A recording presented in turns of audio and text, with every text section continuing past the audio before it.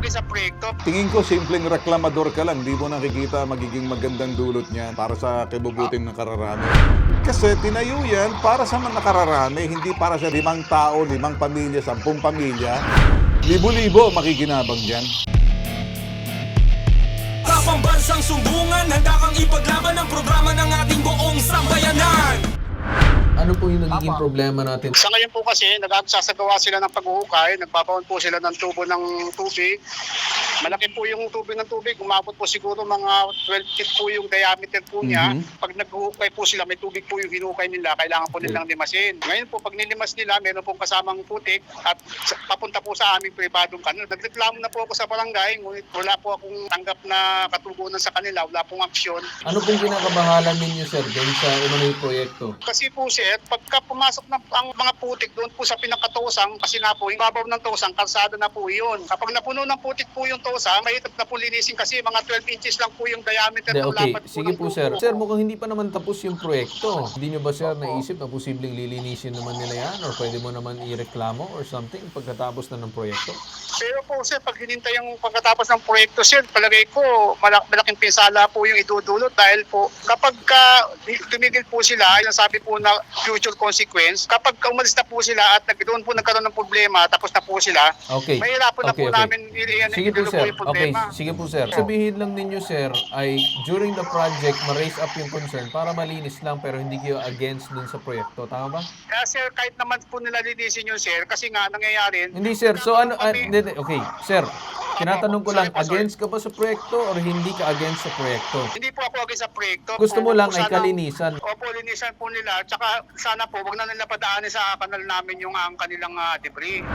Ang laki niya, no? Dadaanan. Para saan ba yung dadaan ng MWA? Government project yan para sa ikabubuti ng malaking komunidad.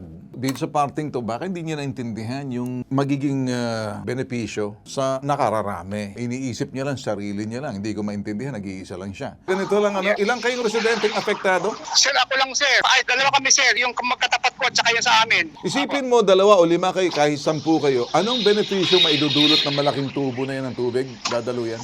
Ilang magbe-benepisyo dyan? Marami po. Ilang kayo nagreklamo?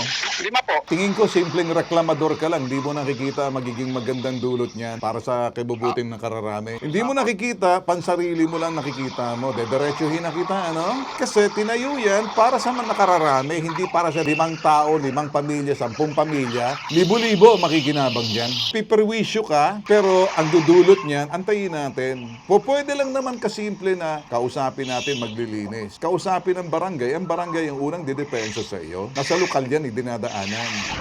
Kausapin natin ngayon yung Division Manager ng Site Operation Management ng Metropolitan Water Works and Sewerage System na si Jonathan Lamug. Magandang umaga po sa inyo, Sir Jonathan. At sa kabatiran po ng ating mga taga-subaybay sa Bitag po, bago po namin inilatag ang aming pong proyekto, nagkaroon po kami ng masusi na konsultasyon sa lahat okay. po ng mga apektadong komunidad.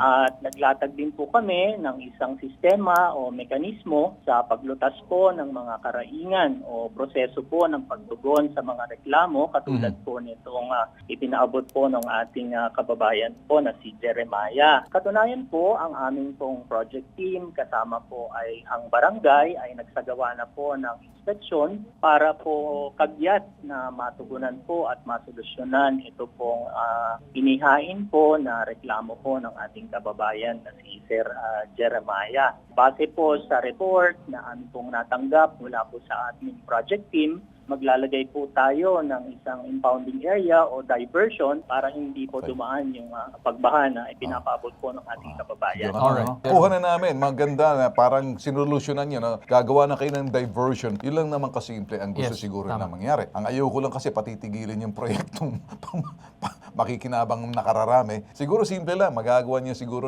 Sir Jonathan na kung maaari, magkaroon ng kunting diversion yung mga putik, huwag dadaan doon sa kanilang imbornal. Simple lang siguro yun. Yun lang, Sir Jonathan. Pwede magawa natin yon? Kami po ay nagpapayag ng aming kahandaan na Sige. matugunan po kaagad-agad. Maraming salamat po, Sir Jonathan. Mabuhay po kayo, sir. Ha? Maraming salamat po, mabuhay din po kayo. Sir Jeremiah, ganito, nagpahayag ng MWSS. Ang sabi nila is gagawin daw nila ng paraan yung reklamo mo. divert. Kung may mga problema daw sa mga debris, aayusin daw nila at pakikinggan daw ang concern mo. Magkakaroon daw ng impounding and diversion area para sa mga debris para hindi mapunta doon sa area mo. Okay, Sir Jeremiah? Opo, sir. Opo. Okay, sige sir. Maraming salamat po sa inyo.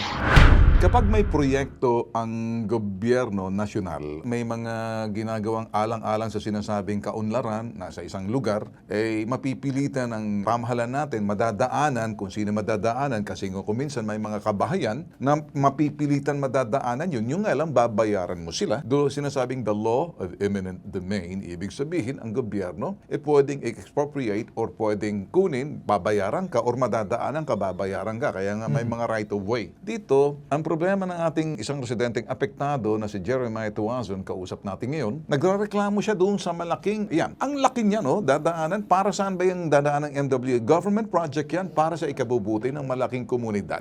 Ay itinuturo niya yung sinasabing sana daw pinagplanuhan, hindi naman bara-barang gagawin niya nang walang pagpaplano sa ikabubuti ng nakararami. Kasi ang tubig na dadaluyan na yan ay tubig para sa malaking komunidad laban doon sa ilang residenteng tinatamaan. Kasi una, wala akong makitang kabahayan dyan. Mukhang open, malayo pa. Siguro hindi pa kasi tapos, mapiperwisyo sila. Sa anumang mga bagay na proyektong ginagawa ng ating pamahalaan, lokal man o nasyonal, tapos malaking tubo ng tubig na dadaloy dyan. Ito naman sa ikabubuti ng nakararami. It's always for the betterment of everybody. Kasi maglalagay ng tubo para mas maganda ang daloy ng tubig sa lahat. Mapiperwisyo ka talaga pansamantala.